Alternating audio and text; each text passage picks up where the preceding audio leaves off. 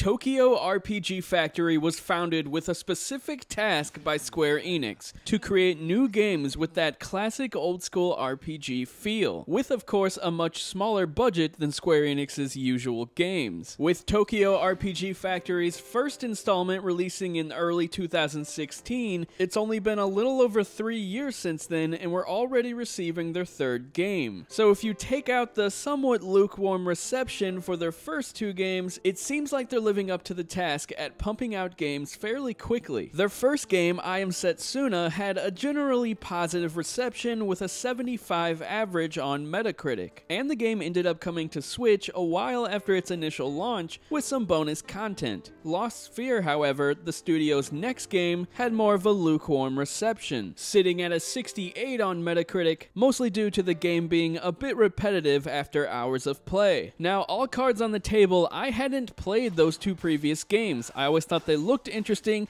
but I just never really got around to it. But recently, Square Enix brought a demo of the studio's third game to the Nintendo Switch eShop, and it really surprised me. So after a long-winded intro, let's jump on in. First off, the game is gorgeous. Definitely the prettiest game the studio has brought us thus far. Something that we've seen in a lot of video games is having two separate worlds in the game. Usually one light side and usually one dark side. And Oninaki does just that. You can swap between realities at any time during gameplay. But for me, one thing that annoys me when this happens in games is usually one of the worlds isn't as interesting or pretty to look at as the other version. But no matter what reality you're in Oninaki, they are both drop-dead gorgeous. While the world's layout is similar, each have different enemies in them and different items to obtain. The graphics being a big step up from the studio's previous games isn't the only big change for the developer. This is the first game that the studio has made that isn't turn-based. This time around, the game has fairly fast-paced, real-time combat. In Oninaki, you can harness the power of daemons, special types of souls that cannot be reincarnated, damned, or banished. These daemons have dramatically different movesets, which lets you adjust your playstyle at any time. It's really neat because depending on what type of enemy you're facing, you'll want to play as a certain type of daemon. For example, if you're trying to take on one big boss or a big enemy in general, you'll want to use the daemon that has a special attack that focuses on one foe. But if you're being attacked by a bunch of smaller enemies, you'll want to be the daemon that can summon hellfire from above. Now in the demo, there's only really those two examples, but I'm hoping later in the game you'll have more of a reason to switch between even more daemons. Another thing I wanted to touch on was the game's music. It's so freaking beautiful. I could not get over it during my playthrough,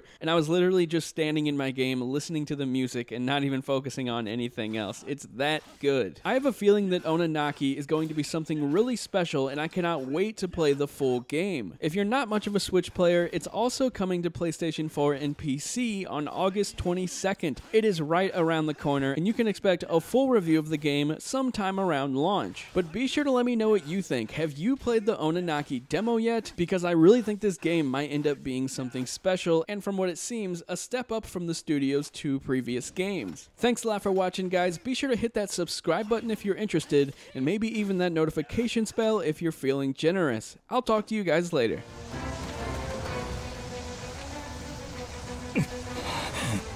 もしかしてこいつが